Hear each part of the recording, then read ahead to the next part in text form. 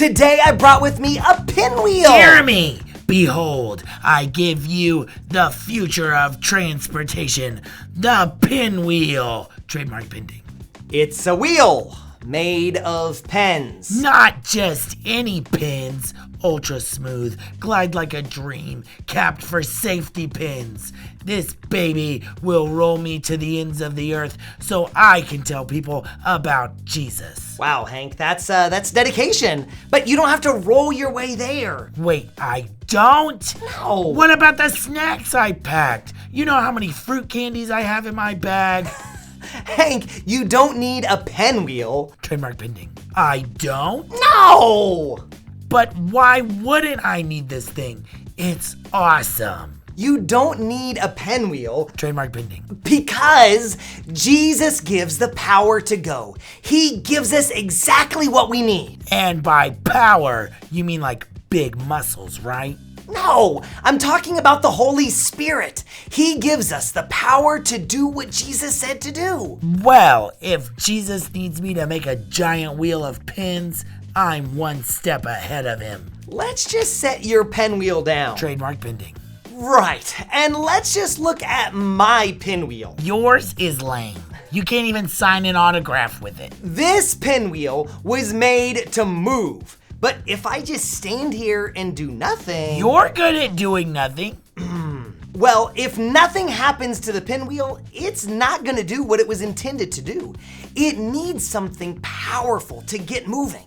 I've got a leaf blower out back. Let's crank it up and see what this bad boy can do. No, that's okay. The point is, just like this pinwheel needs the wind, we need the power of the Holy Spirit to do what God calls us to do. And that's why our faith fact today is Jesus gives the power to go. So, what you're saying is, I'm a pinwheel, and I need wind power to spin around and tell people about Jesus? Well, that's actually a great way to put it. Before Jesus went back to heaven, he made a huge promise to his disciples. If you do what I say, you can fly my helicopter whenever you want. No! Jesus didn't say anything about flying helicopters. I meant you can fly my jetpack whenever you want. No! There were no jetpacks or anything like that.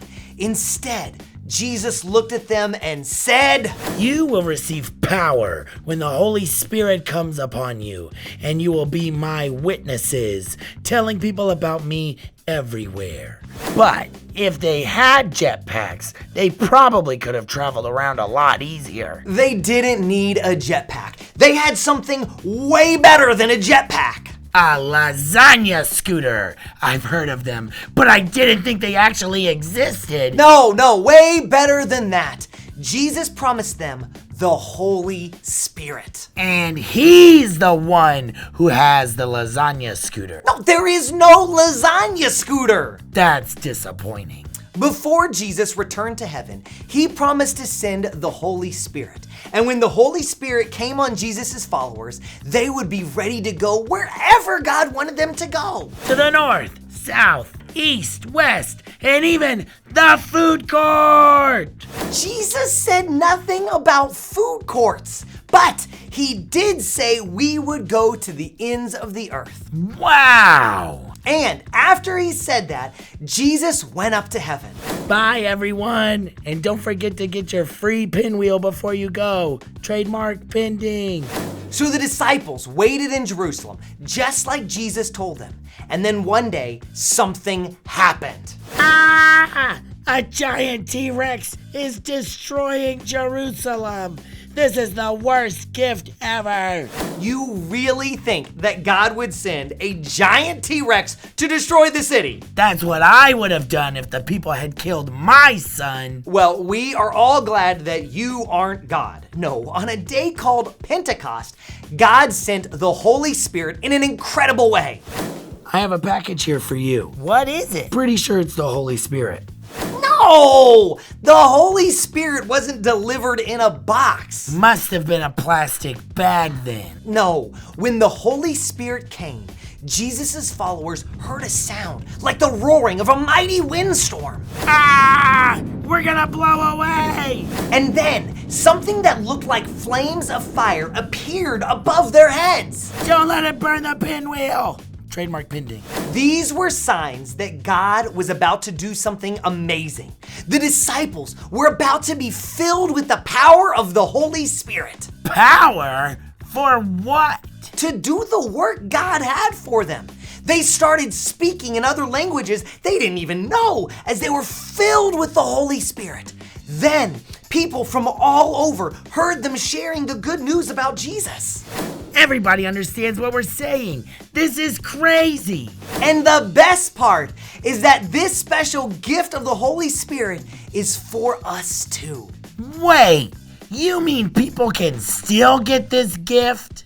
Yes, Jesus doesn't want us to stay on the sidelines. He wants us to go out with his power. All right, time to see what this thing can do. Time to head out. After the disciples were filled with the Holy Spirit, everything changed. Peter, who had been scared before, stood in front of a huge crowd. He wasn't scared anymore. The Holy Spirit gave him courage and power to tell everyone about Jesus. I have a message. Jesus is alive. Peter told them that this promise wasn't just for them. It's for all people, including us today. The Holy Spirit sends us out to tell others about Jesus. Do we have to wear this pinwheel on our back? No, you don't. If there's one thing to remember today, it's this. Jesus gives the power to go. He didn't give us the power to stand still. He gave us the power to go and make disciples. So, what is with your lame-o spinning thing? This pinwheel spins when it's powered by the wind. And Jesus gives you the power to go. As you're powered by the Holy Spirit, you were made for this. You can tell others about Jesus with his power. And if you need to roll there, my pinwheel's got you covered. Trademark pending. Wherever you go, remember, Jesus gives you the power to go. We'll see you next time.